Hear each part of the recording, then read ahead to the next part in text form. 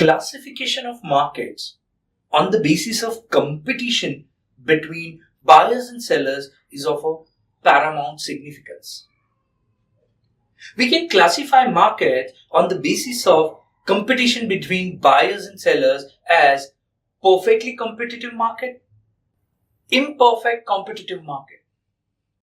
In imperfect competitive markets, we can see various types of situations like monopoly, oligopoly, or monopolistic competition. Let us understand perfect competition. Now, as the name suggests, perfect competition means there is an extensive competition between buyers and sellers, which also means there are large number of buyers and large number of sellers.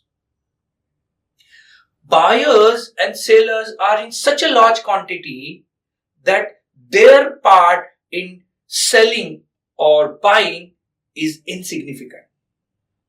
What I'm trying to tell you that since there are huge number of buyers and sellers, specific buyer will not affect the buying pattern of the whole economy, or specific seller will not affect the demand or supply of the whole economy or price fluctuation.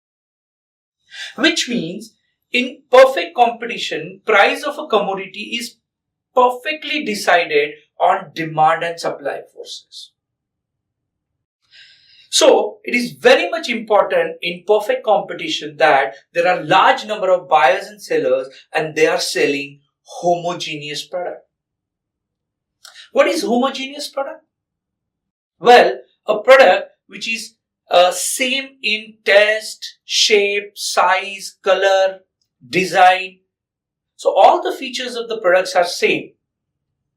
So in perfect competition, it's one of the important parameter we assume that the product which is sold is of homogeneous nature. It is also assumed that the buyers and sellers are well aware about the market. Which means every buyer is aware about the sellers, different sellers and their supply patterns. So if a specific seller increases the price of the commodity, buyer is aware that there is another seller who is giving the same product at a lesser price. So he'll reduce the demand of a seller who has increased the price of the product, and he'll go to the seller who is still selling at a lesser price. According to Mrs. John Robinson, perfectly competitive market prevails when the demand for output of each producer is perfectly elastic. Which means if price of any seller has increased, then its demand will suddenly drop down. On the contrary, if price of a specific seller has reduced, its demand will suddenly shoot up. However, all these assumptions make this whole market situation unrealistic, imaginary. So, in nutshell summary, what is perfect competitive market? In perfect competitive market, there are large number of buyers and sellers. The sellers sell homogeneous product. Every buyer, every seller is well aware about the market. No buyer or seller influences the market, right? The price of a commodity in perfect competitive market is decided by demand and supply forces. According to Mrs. John Robinson, perfectly competitive market prevails when the demand for the output of any producer is perfectly elastic.